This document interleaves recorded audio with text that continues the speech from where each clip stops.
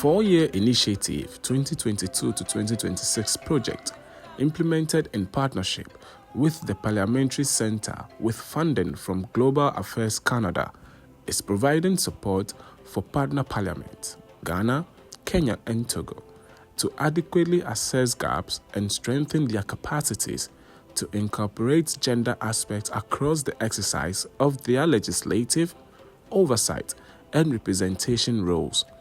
Over the years, our activities have included citizen engagement, institutional strengthening, knowledge exchange, parliamentary networking, and capacity enhancement initiative that included practical sessions covering thematic areas such as gender equality, gender-based analysis plus, gender-responsive lawmaking and budgeting, oversight of the government gender commitment, and enhancement collaboration with civil society organizations and women's rights groups. The project has built the capacities of MPs and parliamentary staff on these thematic areas, including citizens' engagement during the legislative and oversight processes, specifically to incorporate the views and needs marginalized groups, especially women and girls. I have participated in a number of activities under the ILGRP project. And mostly they are training on gender issues, gender-based budgeting. And I remember there was a workshop that we went to consider, and it was on the affirmative action bill, where we really provided some critical input, and we reviewed the bill until it was finally passed into law.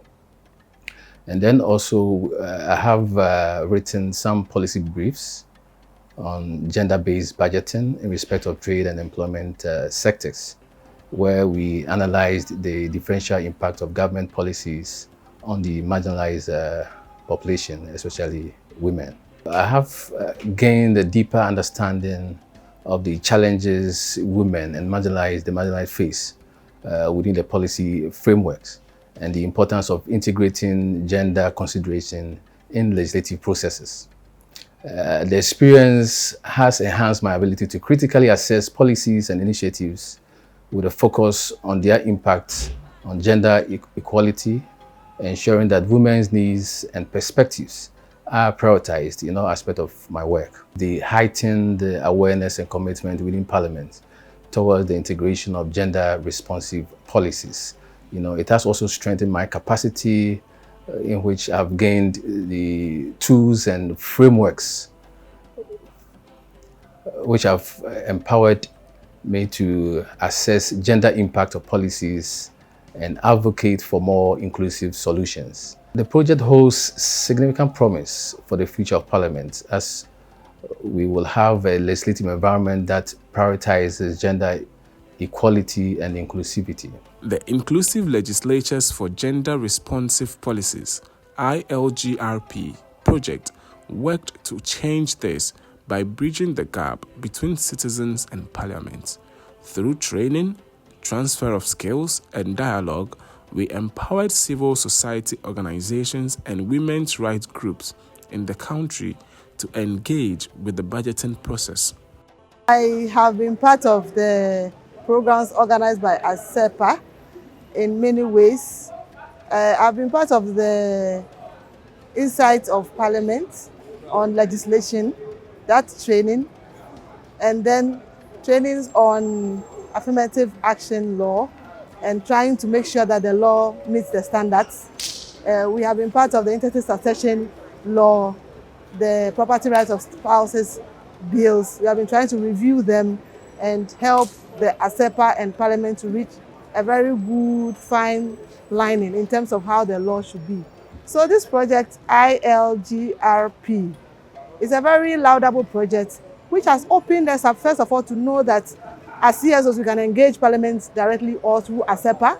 We can partner with Parliament in many ways to make sure that the laws that are passed are gender sensitive or they are genderized. My lessons from the ILGRP project is very positive, because We have engaged at different levels at every time, and I've realized that if we do petitions and it doesn't work, we can do statements.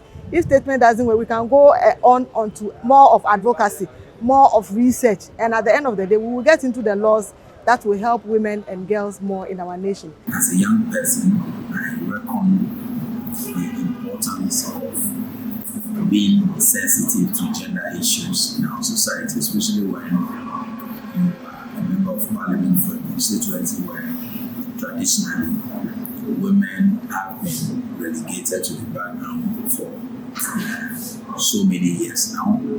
We have a situation where it is very difficult to find women in political leadership and women in leadership generally. And so it is important that as a representative of the people, I get deeper understanding and insight into how to ensure that legislation in Parliament is more gender sensitive than it is now. Our experience has shown that parliamentary decision-making, governance, and overall policy effectiveness improve when organizations and individuals actively engage.